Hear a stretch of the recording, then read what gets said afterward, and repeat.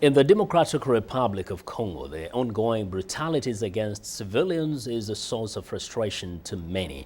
But expressions of sympathy, outrage against the government, and international condemnations are doing little to stop the suffering.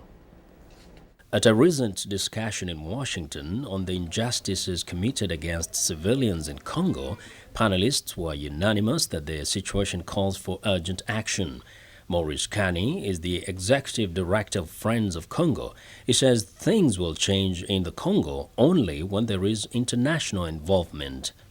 One, the U.S. president can get more engaged diplomatically on this issue by proposing a political solution to the conflict in the region. Secondly, the U.S. has law in the books that says that they should appoint a special envoy to the region. And if that happens, what it does, it sends a signal to the players in the region that we are serious about bringing about change. But it will take more than the involvement of the United States to achieve peace in the Congo, says John Floyd, an international trial lawyer. He says the United Nations or some other international mediator should convene a conference that would include all players to find a solution.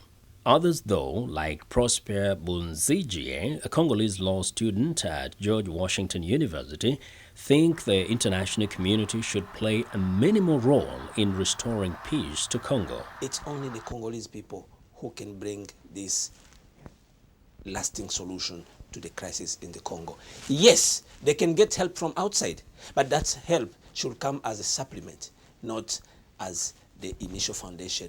Bunzigie argues that the presence of a large UN peacekeeping force in the DRC has not deterred marauding gangs from brutalizing civilians. Last rape in Luvungi happened just 10 miles of their base camp.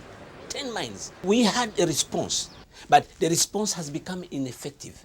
The response is not adequate anymore. What do? Maybe it's time to reconsider either the mandate of the UN or let them go back. If they can't do their job, which they are brought in, for which they are being paid for, let them go. Analysts say an internal solution to Congo's situation is not feasible due to an ineffective and dysfunctional government in Kinshasa. Bahati Jacques is a policy analyst with Africa Faith and Justice Network. The leadership is not visionary. Very small issues are beyond their understanding. So we need systems in place to guarantee people's rights, to guarantee justice, and the country will go forward. A new crop of leaders with integrity and a national mandate is seen as the first step to attaining peace in Congo. But the current leadership will not willingly give way to free and fair elections, according to Bahati Jacques. He says Congolese must take matters into their own hands. Many people are sitting and enjoying the victim sense of what is going on. I am a victim and I'm happy with this. Or feeling sorry for oneself. But what are you doing to get involved? How can you... We don't want weapons because violence creates violence. But rising up as a people, together and pressing on. Now, millions of civilians have died in Congo's decade-long conflict, which has been called Africa's World War. Despite the fact that major fighting officially ended in 2003, murder and rape are a regular occurrence as armed gangs vie for control of the vast country.